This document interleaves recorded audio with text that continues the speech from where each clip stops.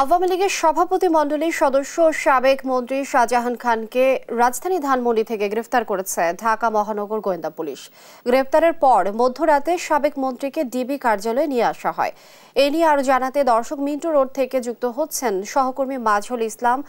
মাঝার, শাহজাহান খানকে কি জিজ্ঞাসাবাদ করছেন ডিবির কর্মকর্তারা, সে বিষয়টি জানাবেন। আর কখন তাকে আদালতে তোলা হতে পারে, কোনো তথ্য আছে কিনা এই মুহূর্তে আপনার কাছে জানাবেন। লিনি, আপনাকে ধন্যবাদ। আপনি যেমনটা বলছিলেন যে আওয়ামী লীগের প্রভাবশালী নেতা এবং আওয়ামী লীগের স্থায়ী কমিটির সদস্য শাহজাহান খানকে কিন্তু গ্রেফতার করা হয়েছে গতকাল ভোর রাতে। আপনি জানেন যে শাহজাহান খান শুধু আওয়ামী লীগের একজন নেতাই না, তিনি কিন্তু একই সাথে শ্রমিকদেরও নেতা। এবং আমরা জানি যে 2018 সালে সড়ক আন্দোলনে দেখেছি যে শাহজাহান খানের ডাকে কিন্তু অনেক শ্রমিক মাঠে নেমে এসেছিল এবং আমরা কিন্তু শুনছিলাম যে তাকে গ্রেফতারের পর শ্রমিকদের একটি অংশ হয়তো বা বিক্ষোভ দেখাতে পারে, তবে এখনো পর্যন্ত সেটি আমরা দেখতে পাইনি।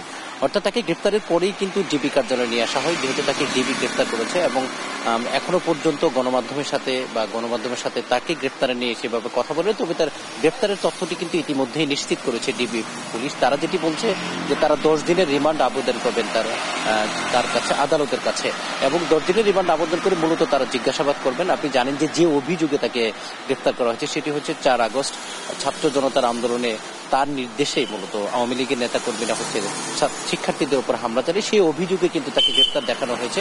এবং ইতিমধ্যেই কিন্তু শাহজাহান খানের নামে অনেকগুলো মামলা হয়েছে, ধানমন্ডি থানা সহ রাজধানী ঢাকায় অনেক জায়গায় মামলা হয়েছে। এবং একই সাথে তার নির্বাচনী এলাকা মাদারীপুর 2 সেখানেও কিন্তু তার বিরুদ্ধে মামলা হয়েছে।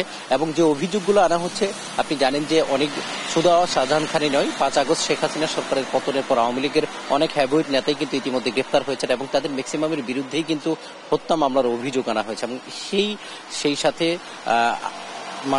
শাহজাহান খানকে কিন্তু হত্যা মামলার বিষয়ে তাকে সেই অভিযোগে গ্রেফতার করা হয়েছে এবং তাকে দুপুরের পরে হয়তো বা বিকেল নাগাদ তাকে আদালতে তোলা হবে এবং সেখানে হয়তো বা আদালতে তুলে তার রিমান্ড চাইবে পুলিশ। এবং পুলিশের পক্ষ থেকে যেটা বলা হচ্ছে যে যেহেতু অনেকগুলো মামলায় গ্রেফতার তার নামে ইতিমধ্যে রুজু হয়েছে, আসলে অন্য কোনো মামলায় তাকে গ্রেফতার দেখানো হবে কিনা সেটি এখনো জানা যায়নি। পরবর্তীতে পুলিশের পক্ষ থেকে নিশ্চিত করলে হয়তো বা জানা যাবে। আপনাকে বলে রাখি, শাহজাহান খান কিন্তু অনেক কিছু নিয়ে বিতর্কিত। 2009 সালে আওয়ামী লীগ যখন ক্ষমতায় আসে তখন থেকে কিন্তু 2018 সালের যে নির্বাচন সেই পর্যন্ত কিন্তু শাহজাহান খান মন্ত্রী ছিলেন এবং তিনি একটি মন্ত্রণালয়ের দায়িত্ব দীর্ঘদিন ছিলেন, সেটি হচ্ছে নৌ পরিবহন মন্ত্রণালয়। এবং তার বিরুদ্ধে অভিযোগ আছে যে নৌ পরিবহন মন্ত্রণালয়ে তিনি তার বিরুদ্ধে অনেক অভিযোগ আছে এবং তিনি ক্ষমতা থাকাকালীন সময়ে কিন্তু তার বিরুদ্ধে অনেক অভিযোগ আনা হয়েছিল। এবং সড়ক পরিবহন যে খাতটি আছে সেটি যেহেতু তিনি হচ্ছে কার্যকরী সভাপতি শ্রমিক ফেডারেশনের, 2018 সালে যখন শ্রমিক সাধারণ শিক্ষার্থীরা যখন নিরাপদ সড়কের দাবিতে আন্দোলন করে, সেখানেও কিন্তু শাহজাহান খানের একটা ভূমিকা ছিল শিক্ষার্থীদের উপর হামলার। তখন কিন্তু শাহজাহান খান বিতর্কিত ছিলেন এবং শাহজাহান খানের বিরুদ্ধে এই শিক্ষার্থীদের উপর হামলা এবং 2018 সালে তখনও তার বিরুদ্ধে অভিযোগ আনা হয়েছিল। একই সাথে 2024 সালের বৈষম্য বিরোধী ছাত্র আন্দোলনের অর্থাৎ কোটা সংস্কারকে কেন্দ্র করে যে আন্দোলন, পরবর্তীতে যেহেতু 1 দফা দাবিতে যেটি পরিণত, সেখানেও কিন্তু শাহজাহান খানের বিরুদ্ধে অভিযোগ আছে যে তার নির্দেশে সাধারণ শিক্ষার্থীদের উপর হামলা হয়েছে। এর তো অনেকগুলো অভিযোগ, ইতিমধ্যেই অভিযোগে তার বিরুদ্ধে মামলা হয়েছে। সর্বশেষ হত্যা মামলায় তাকে গ্রেফতার দেখানো হয়েছে। এরপরে হয়তো বা তাকে আরো অন্য কোনো মামলা দেওয়া হয় কিনা বা গ্রেফতার দেখানো হয় কিনা হয়তো বা পরবর্তীতে আমরা জানতে পারবো। এই ছিল ডিবি অফিস থেকে শাহজাহান খানের গ্রেফতার সম্পর্কিত আমার কাছে সর্বশেষ তথ্য। লেরিয়া মাঝার, ধন্যবাদ।